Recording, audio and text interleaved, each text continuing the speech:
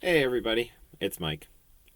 So I know you're probably wondering where's that video that I was supposed to post. Um, well, here's the thing: is I've been editing it for a while, and I just don't like this video.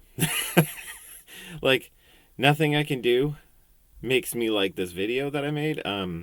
What I tried to do is make a video that was completely from a script. So I wrote a whole script for a video, and I thought, hey, this is going to make editing way easier because then it's all going to be scripted out. I'll have very clear areas where I can do cuts and put in images and diagrams and everything. But what happened is the video ended up being a mess. Essentially, everything ended up being very stiff and rigid, and the reading of the script was terrible.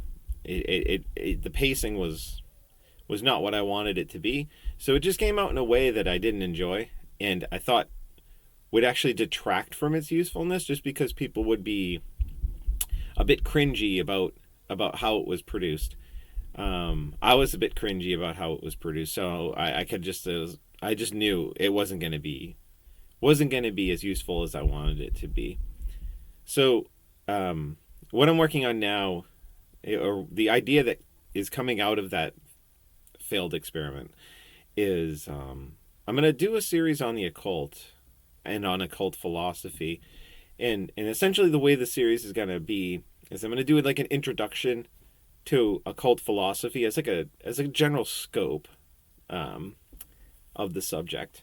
And then what we're going to do after that is I'm going to pick topics within occult philosophy, and then we're going to focus and dial in on that one topic and do sort of a deep dive, do like almost like a mini class, like not a full 20 plus lecture class, but like a mini class where I say, here's a topic within occult philosophy.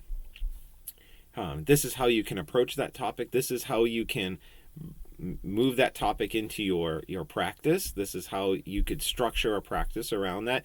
And in the process of doing that as well, I'm going to take a lot of these topics and um, I guess I could say repaganize them. I think that's the best term for a word I just made up right now, in the sense that a lot of these topics are coming out of the Middle Ages. And so we'll get into it when I get into the occult philosophy course. But like what essentially happened is that the ancient world, after the collapse of Rome, and after the oh gosh, what's the best term of this? I don't want to use what the term that a lot of historians use. After the takeover by Christianity, most of these topics went into the Islamic world, and then from the Islamic world moved back into the Christian world in the Middle Ages. And so you have a whole bunch of series of extracting pagan elements, replacing it with elements of other religions, until you get to the modern times now. And most of these works that we're dealing with have been heavily Christianized, have had Judaism put into them, have had elements stripped out of them that would have been important in the ancient world and would have been important for pagans and for modern shamanic practitioners. Um, so what I want to do with these subjects is really look at them, relate what is going on in these grimoires and in a lot of the modern works that have come down to us, like in the Hermetic Order of the Golden Dawn, and then kind of look how they relate to ancient philosophy and ancient practices, and then see if we could kind of reverse engineer some of these practices to bring them into more of a pagan context. Because a lot of times, what I've found when trying to work with this material is that you can end up in a very Christian or Judaic or Islamic type of sphere of thought, and it can feel very disconnected from a pagan type practice. Um, and even in a lot of cases where I noticed that an author will try to give a variety of views, those views tend to be like nine monotheistic views with like one semi polytheistic view kind of on the fringes. So yeah, that's kind of how I want to approach this. Look at occult philosophy, take the various ideas, extract them, pull them apart, talk about how they function, and then talk about how you can make your own practice around them rather than just doing what it says in a book, which a lot of times can tend to feel uncomfortable for a modern practitioner or a practitioner working within a polytheistic frame.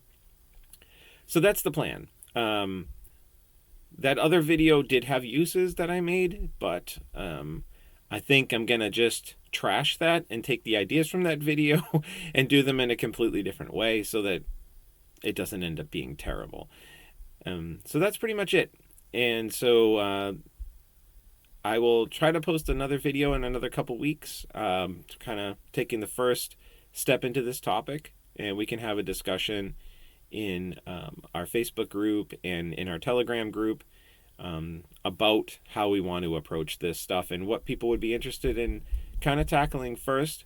Really, though, what I'm probably going to tackle first is how do you begin practicing in an occult context? You know, like how do you...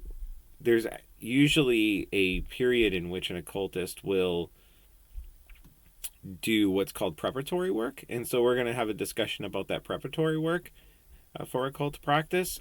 And we're going to start there, most likely, but then we're going to spin off into other topics once we get past that preparatory work discussion. So any ideas that people have are more than welcome, and we're gonna tackle that kind of stuff. And if we ever wade into kind of an area that I'm not very familiar with, I might bring in another person to do a video on that part of it, just because it might be an area that I'm unfamiliar with. But that's where I'm going to leave it for today. So, you know, next time when I get on here and you get the next video, it's going to be about the preparatory work. All right, everybody. Have a fantastic Thanksgiving, a fantastic weekend, and I'll see you in the next one.